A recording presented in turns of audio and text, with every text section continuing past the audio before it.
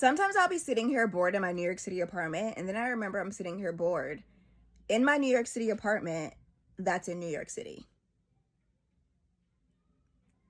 Bitch, let's go do something. Hello everyone, and welcome back to my series, Getting Out and Doing Shit. I've lived in New York City for about 2.5 years, and I recently realized that I don't take advantage of that fact nearly enough. So it's become my mission to get out more and experience what the city and the surrounding area have to offer. And today, my friends and I are taking a cake decorating class with Casey. We started by adding a thin layer of icing to our cakes and putting them in the fridge to solidify. And in the meantime, Casey taught us how to make shell, swirl, and rosette designs that we could add to our cakes later. We took some time practicing the different cake borders on our cake boards, and then Casey started teaching us how to make roses to design our cakes with, and that's when them saxophones started playing.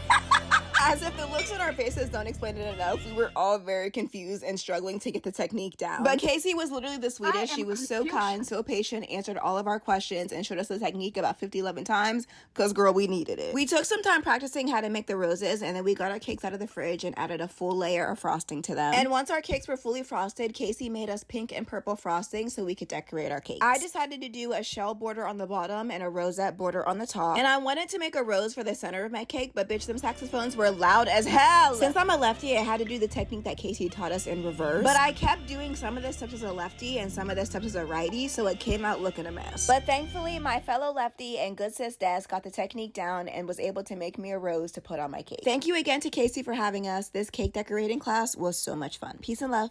Talk to you later.